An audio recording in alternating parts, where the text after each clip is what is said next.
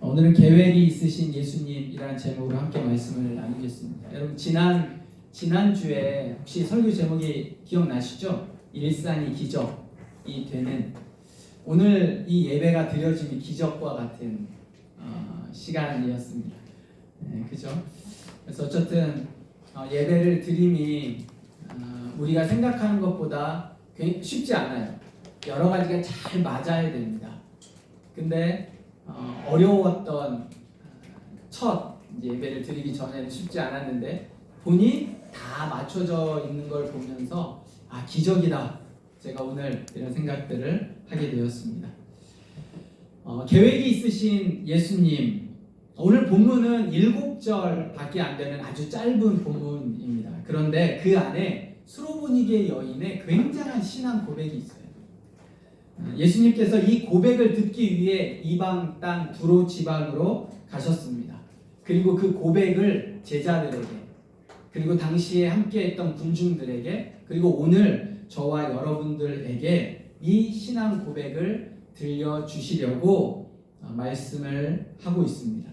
오늘 이 시간 이 짧은 7절의 말씀을 통해 예수님의 계획이 무엇인지, 우리에게 무엇을 들려주고 싶으신지, 수로보니게 여인의 그 신앙 고백은 무엇인지 같이 생각해 보겠습니다. 첫 번째, 예수님은 수로보니게 여인을 찾아가셨습니다. 오늘 말씀에 보면 사실 예수님께서 유대 지방이 아닌 이방 두로 지역으로 가신 이유를 쉬기 위함이다라고 말씀을 하고 있어요. 그런데 많은 사람들 때문에 쉬실 수가 없었습니다. 그런데 표면적으로는 두로에 쉬기로 하고 가셨지만, 사실은 더 궁극적인 목적은 이 수로보니게 여인을 만나시기 위함이었습니다. 복음서에 보면 예수님은 대부분의 경우 사람들이 있는 곳으로 직접 찾아가셨습니다. 말씀을 보면 사람들이 예수님 앞에 나온 것 같지만, 더 정확하게 성경은 예수님이 그들을 만나시기 위해 가셨다라고 이야기를 하고 있습니다. 특별히 오늘 말씀 우리가 30절까지 읽었지만 31절에 보면 예수께서 다시 두로 지방에서 나와 시돈을 지나고 데가블리 지방을 통과하여 갈릴리 호수에 이르시매, 그러니까 예수님께서 두로도 가셨다가 시돈도 가셨다가 데가블리도 가셨거든요. 여기까지가 이방 땅이에요. 이방 땅에 가신 목적이 있죠. 하나님의 목적, 예수님의 목적은 그들을 만나시기 위함이었어요.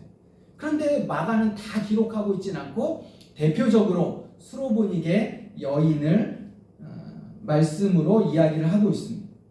예수님께서 이방 땅으로 가신 건 그냥 그렇게 우연히 가신 게 아니라 분명한 목적이 있으셨기 때문에 그렇습니다. 오늘도 예수님은 그분의 목적에 따라 우리를 찾아오십니다. 언제 우리에게 오셨는지, 지난주 아니면 지난달, 올해 우리가 한 이제 3달째 되어지는데 예수님이 언제 우리에게 오셨는지 여러분 느껴지시나요? 산타클로스가 있어요, 없어요? 산타클로스가 있습니까, 없습니까? 예? 산타클로스 있어요, 없어요? 의견이 분분해요. 산타클로스가 있는지 없는지. 정말 어렸을 때는 산타클로스가 있다고 생각했어요. 그죠? 우리에게 선물을 주는 무언가 산타클로스가 있다. 근데 조금 시간이 지나면서 깨달은 건 산타클로스가 있어요, 없어요? 산타클로스 없어요. 근데 다시 제가 조금 더 나이를 가지고 생각해 보니 있어요, 산타클로스가. 네. 비록 루돌프와 썰매로 오진 않아요. 산타클로스가 굴뚝으로 오진 않아요. 네. 양말에다가 선물을 주진 않아요. 그리고 수염 달린 빨간 옷을 입은 할아버지는 아니에요. 그런데 우리의 인생을 돌아보면 선물과 같이 너무나 많은 것들을 받았어요. 너무나 많은 것들을 받았어요. 우리 인생에 내가 전혀 예상치 못한 수많은 감사의 제목들, 이게 우연히 온 게 아니라, 우연히 온 게 아니에요. 사도 바울은 에베소서에서 구원을 하나님의 선물이라 표현했습니다. 우리가 알지 못하는 순간에도 예수님은 우리를 찾아오셨고 우리를 만나주셨고 그리고 우리에게 큰 은혜를 베풀어 주셨습니다. 이 순간순간을 기억하며 아는 것이 여러분 신앙입니다. 오늘 본문에 등장하는 수로보니게 여인은 헬라인이에요. 수로보니게 여인, 이건 수로 지역의 보니게 사람이란 뜻이에요.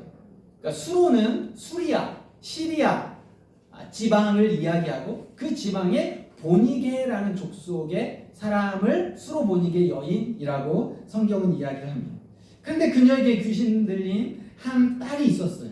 절박한 상황 속에서 이 방법 저 방법, 이방인이었기 때문에 이방 신에게도 그들의 방법대로 어린 딸을 고쳐보려고 했지만 고쳐지지 않았습니다. 어느 날 예수님이 이 지역을 지난다는 소식을 듣게 되었습니다. 이 여인은 많은 군중들에 둘러싸여 있는 예수님께 가기 위해 노력을 했어요.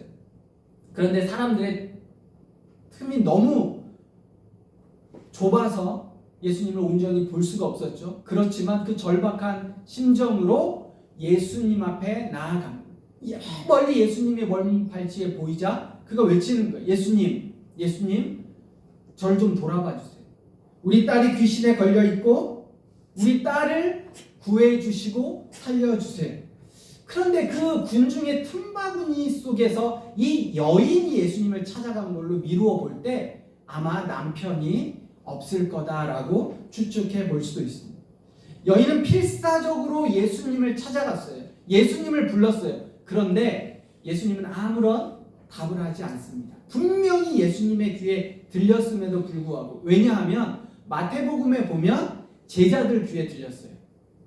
그래서 제자들이 너무 시끄러우니까 예수님께 뭐라고 말했냐면, 예수님 저 여인 좀 돌아봐 주세요. 너무 시끄러워요. 어떻게 해서든지 좀 해서 안심시켜서 되돌려 보내세요 라고 마태복음에 이야기한 걸로 볼 때 예수님은 그 소리를 들으셨다라는 거예요. 그런데 아무런 답을 하지 않습니다. 드디어 이 여인이 그 틈바구니를 뚫고 예수님 앞에 무릎을 꿇고 나타납니다. 주여, 제 딸에게서 귀신을 쫓아내 주십시오. 그런데 예수님의 대답은 굉장히 차가웠어요. 여러분 26절에 보면 자기 딸에게서 귀신 쫓아내 주시기를 간구하거늘, 이 간구하다는 표현이 헬라어에는 두 가지 동사가 있는데 하나는 완료형과 미완료형이 있어요. 완료형은 단회적이에요. 한 번이에요. 근데 미완료는 여러 번 계속적인 용법이라고 하거든요. 근데 이 간구하거늘이 미완료예요. 그러니까 한 번 간구한 게 아니에요. 예수님의 반응이 없자 계속해서 간구하고 우리 딸을 고쳐달라고 이야기를 한 거예요. 그런데 예수님의 반응은 어때요? 딱 한마디로 거절이에요. 뭐라고 말씀하셨냐면 27절에 자녀로 먼저 배불리 먹게 할지니 자녀의 떡을 위하여 개들에게 던짐이 마땅치 아니하다라는 단호한 거절이에요.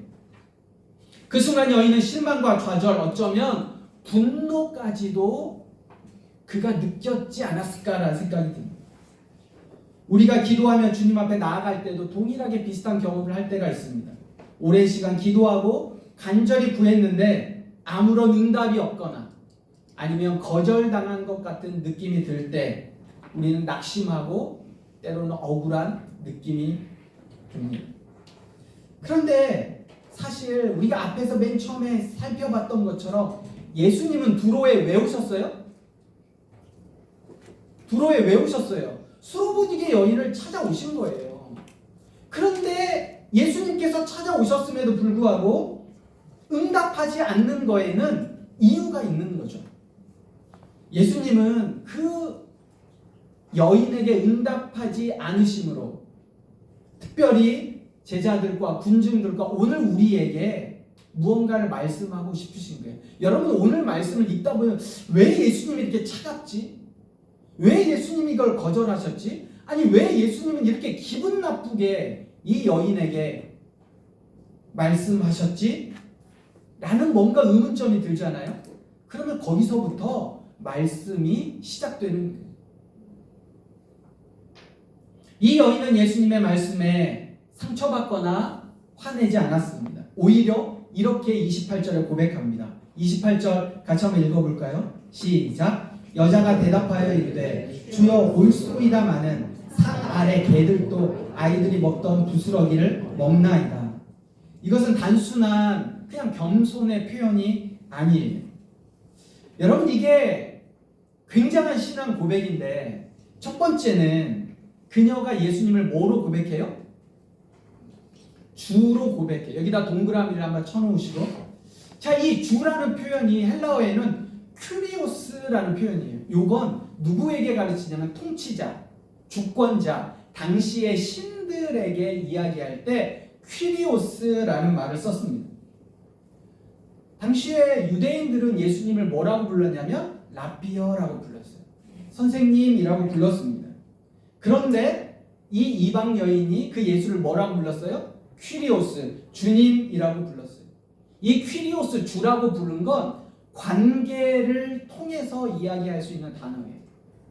그러니까 내가 예수를 주라 불렀다는 건 예수님과 내가 어떤 관계인지를 이야기해 준다는 거예요. 여러분, 나사렛 사람들이 예수님을 뭐로 불렀어요? 나사렛 사람들이 예수를 뭐로 불렀습니까? 목수가 아니냐라고 불렀어요. 그러니까 나사렛 사람들은 예수를 뭐라고 불렀어요? 목수라고 불렀어요. 그럼 관계예요. 나사렛 사람들이 예수님께 기대하는 건 목수 이상이 아닙니다. 내가 목수라고 불렀던 건 그 예수님에게 목수 이상을 기대하지 않는 거예요. 유대인들이 예수님을 라비어, 선생님이여 라고 부르면 그들이 예수님에게 기대하는 건 뭐예요? 선생님이에요. 나에게 무언가를 좀 가르쳐주는 존재, 내가 모르는 걸 좀 알려주는 그런 선생님, 그 이상도 이하도 아닌 존재라는 거예요. 우리가 식당에 가면 반찬이 떨어졌어요. 그럼 뭐라고 불러요? 사장님, 그 사장님이라고 부르는 거예요. 저기요 라고 부를 수 있잖아요. 그죠? 여기요, 저기요 이렇게 불러요. 왜 그렇게 불러요? 그냥 음식 하나 갖다 주면 그 사람과 관계는 끝나요. 나중에 더 만날 일도 없고, 뭐 우리 문화는 팁 주고 뭐 이런 문화가 아니니까 그냥 아주 간단하게 부른다고요. 여기요, 음식 좀 갖다 주세요. 그게 부르는 건 관계라고요. 그런데 이 여인이, 수로보니게 여인이 예수를 누구라고 불러요? 주라 불렀단 말이죠.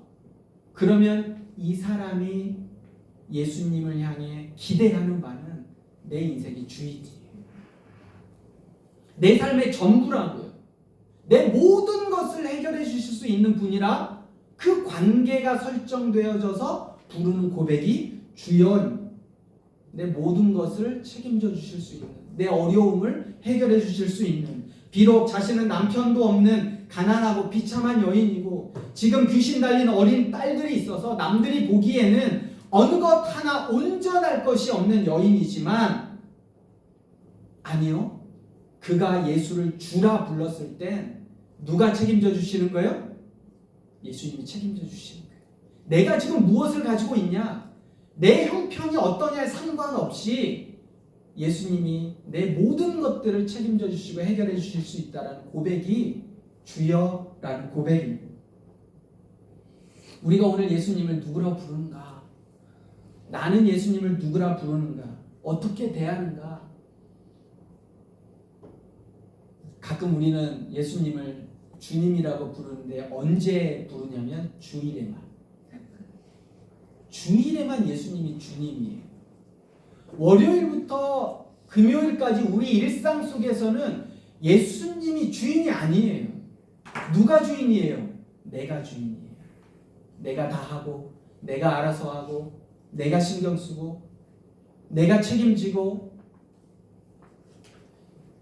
예수님이 내 인생의 주인이 아니라 내 인생의 주인은 딱 주일날만, 나머지 월요일부터 금요일까지는 예수님이 주인이 아니에요. 다 내가 결정해요. 집을 살 때도, 거주지를 정할 때도, 내 직장을 선택할 때도, 돈을 쓸 때도, 여가를 보낼 때도 다 내가 결정해요. 딱 하루만 예수님이 내 삶의 주인이에요. 근데 요즘은 1년에 주일도 내가 결정해요. 몇 번은. 철저하게 주일이 아니고는 인생의 주인이 내가 된다는 것. 내 삶의 예수님을 진정한 주인으로 보시면 우리의 삶은 주님의 능력 안에서 변화되어져요. 이거를 수로보니게 여인이 신앙 고백한 거예요. 신앙 고백의 두 번째는 올소이다라는 단어예요. 말씀에 보면 여인이 주여라고 고백한 뒤에 바로 이어지는 단어가 올소이다예요. 올소이다. 이 말은 주님을 주인으로 고백한 사람들만이 할 수 있는 대답입니다. 왜냐하면 예수님이 여인이 듣기에 거북한 말을 했거든요. 비하하셨어요. 쉽게 이야기하면 너희 이방인들은 개야. 주인이 개에게 자녀들이 먹던 거 주겠니? 이렇게 얘기하는 거예요. 굉장한 비하고 모욕적인 발언이에요. 그런데 그 여인이 그 말을 마음에 두지 않고 기분 나빠하지 않고 바로 올소이다, 맞습니다 라고 이야기한 거예요.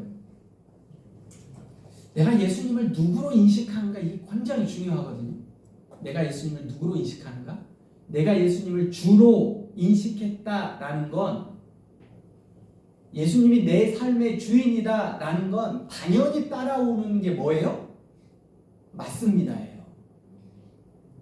근데 내가 예수님을 주인으로 모시지 않기 때문에 맞습니다가 안 돼요. 왜? 내가 주인이면 내가 판단하고 내가 생각해요. 모든 성경은 하나님의 말씀으로 이렇게 되어 있는데 그 성경 중에 내가 원하는 구절은 받아들이고 내가 원하지 않는 구절은 받아들이지 않아요. 왜? 내가 주인이면 내가 판단한다고요.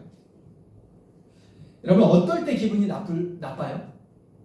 어떨 때 기분이 나빠요? 누구의 말을 딱 듣고 기분 나쁠 때가 있어요. 언제예요? 뭔가 내 자아를 건들 때예요. 옆 사람이나 뒷 사람들 한번 보세요. 뭔가 이 사람이 기분 나쁘게 할 때 내 자아와 자존심을 딱 건들 때, 그럴 때 우리 다혜리도 발끈합니다. 누구나 다 기분이 나빠요. 그런데 왜 기분이 나쁘냐? 그게 내가 주인이기 때문에 그렇다. 나를 건드려? 당신이? 여러분, 성경에 보면 주여 주여 하는 자마다 다 하나님 나라에 갈 수 없어요. 근데 그 주여 주여라고 이야기하는 그 말이 하나님 나라를 갈 수 없는 말이거든요. 쉽게 이야기하면 내가 당신이 주인, 내 인생의 주인입니다라고 말하지만 말은 그렇게 하고 실질적으로 행동은 누가 주인이에요? 내가 주인이에요. 그렇기 때문에 주여 주여라고 말만 해서는 안 된다라고 이야기를 하고 있는 거예요. 우리의 삶을 돌아보면 내가 예수님을 주인으로 모시면 자연스럽게 나오는 고백이 옳습니다. 맞습니다. 왜? 주님은 완전하시기 때문에. 내가 내 인생의 주인이 되어질 땐 주님이 완전하지 않아요. 내가 판단해요, 예수님을. 뭐가 옳고 그른지. 그래서 내 감정과 내 기분에 맞게 하나님이 대하시면 설교 말씀이 뭔가 내가 듣기에 좋아. 오늘 하루 듣고 뭔가 뿌듯해. 굉장히 기분이 좋아. 그럼 은혜 받은 거고. 왜 기분 나쁜데? 왜 이런 식으로 이야기를 하시지? 나에게 말씀하시나? 이렇게 받아들이면 어떻게 돼요? 내가 주인인 거예요. 옳습니다가 안 되는 거예요. 그런데 내 지금 상황이 주님이 주인이 맞아요. 근데 옳습니다라고 고백을 못한 것 같아. 그러면 시간이 필요한 거예요. 아직은 아닌 거예요. 시간이 필요한 거예요. 언제나 하나님은 옳아요. 그런데 아직 내가 그걸 다 받아들이기에 부족한 거죠. 그러면 아닌 게 아니라, 옳지 않은 게 아니라, 하나님이 잘못된 게 아니라 시간이 필요한 거예요. 그렇기에 어쩌면 아무것도 없는 이 여인의 옳습니다라는 고백은 굉장한 신앙 고백이에요. 예수님의 말씀을 온전히 신뢰할 수 있기를 바랍니다. 세 번째 신앙 고백의 세 번째는 우리 한글 성경에는 잘 안 나와 있는데 이 이제 헬라어 원어를 보면 작다라는 표현이 세 번이 나와요. 신앙 고백의 세 번째는 작은 자라는 고백인 거예요. 자, 어디에 나오냐면 28절에 주여 올소이다마는 상 아래 개들도 이게 작은 개를 뜻하는 거예요. 작은 개. 그러니까 우리가 어쩌면 집에서 키우는 그냥 아주 강아지를 이야기하는 거예요. 강아지. 그리고 아이들, 이게 작은 아이예요. 어린 아이예요. 그리고 부스러기, 이게 작은 조각이란 뜻이에요. 우리나라 한글 성경에는 안 나오지만 헬라어로 보면 이 여인의 분명한 표현이 나와요. 자기 자신을 누구라고 얘기하는 거예요? 작은 자라고 이야기하는 거예요. 작은 아이가 먹다가 떨어뜨린 작은 조각을 먹는 작은 개가 나라는 거예요. 이게 여러분, 때로는 듣기에 얼마나 자기를 비하하는 표현이에요. 우리가 이렇게 표현할 수 있어요. 아니, 예수님이 그렇게 말하는 것도 굉장히 기분 나쁜데 너 거기에 아니라고 얘기를 해야지. 아니, 왜 나를 이런 식으로 대우하냐고 얘기해야지. 아니, 기분 나쁘다고 얘기해야지. 아니, 작은 아이가 먹던 아주 작은 부스러기를 먹던 작은 개가 접니다라고 이야기를 하는 거야? 이렇게 받아들일 수 있어요. 이건 너를 비하하는 거야. 여러분, 하나님이 기뻐하시는 나를 부인하는 겸손함과 하나님이 기뻐하시지 않는 자기 비하, 이 차이가 뭔지 아세요? 이건 비교예요. 비교. 내가 나를 작은 자라 이야기하는 것과, 근데 이 작은 자라는 표현이 하나님이 기뻐하시는 겸손에서 나오는 것과 내가 내 자존감을 무너뜨리고 나를 비하시켜서 내가 아무것도 할 수 없습니다 라고 이야기하는 작은 자의 차이는 비교라고요. 비교. 내가 누군가 비교하면 내가 어떤 것을 가지고 있어도 그건 부족해 보여요. 내가 누군가와 비교하면 내가 굉장히 높은 스펙을 가지고 충분하다고 해도 충분하지 않아 보여요. 그럼 이게 비교예요. 그런데 이 수로보니게 여인은 아무하고도 비교하지 않았어요. 오직 예수님과 나와의 관계 속에서. 예수님이 누군데? 내 삶의 주인이시니 그분이 옳다라고 말씀하셨으니 나는 이제 그분의 은혜만을 필요로 하고 있는 고백이 작은 자라는 고백이라는 거예요. 여러분, 비교하는 사람이 반드시 비교 뒤에 나와 있는 건 원망이에요. 비교하는 사람들 보면 반드시 그 비교 뒤에 나와 있는 거 원망이라고요. 나도 할 만큼 했는데 하나님 왜 나에게 이러세요? 내가 뭘 잘못했기에? 아니, 말씀 좀 해보세요. 누군가 하나님과의 온전한 1대1의 관계가 아니고 누군가를 비교하고 그 비교 속에서 원망을 하면 나에게 있는 것이 보이지 않아요. 나에게 가진 것도 보이지 않아요. 하나님 앞에 그냥 초라한 모습밖에 없는. 그런데 이 여인의 고백이 그렇지 않기에 예수님께서 이렇게 말씀하셨어요. 29절을 같이 한번 읽어보겠습니다. 29절 시작. 예수님께서 이르시되 이 말을 하였으니 돌아가라. 귀신이 내 딸에게서 나갔느니라 하시매. 여러분, 예수님이 이 말을 듣자마자 오케이 됐어, 이 말씀이에요. 이 말을 하였으니 됐다, 돌아가라. 결국 예수님께서 듣고 싶은 말씀을 들으신 거예요.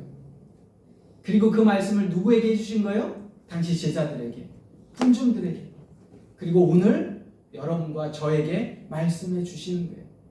여러분, 이 하나의 수로보니게 여인의 신앙 고백이 그래서 굉장한 신앙 고백이라고요. 예수님이 꼭 듣고 싶으셨던 말씀이에요. 이 말씀을 듣기 위해 이방 땅으로 가셨어요. 그리고 이 말씀을 들으시고 됐다, 오케이 이러면서 2000년이 지난 오늘 여러분과 저에게도 동일하게 이 신앙 고백을 듣고 싶으셔서 예수님 여러분을 찾아가시는 거예요. 주일날 말씀을 통해 찾아가시고요.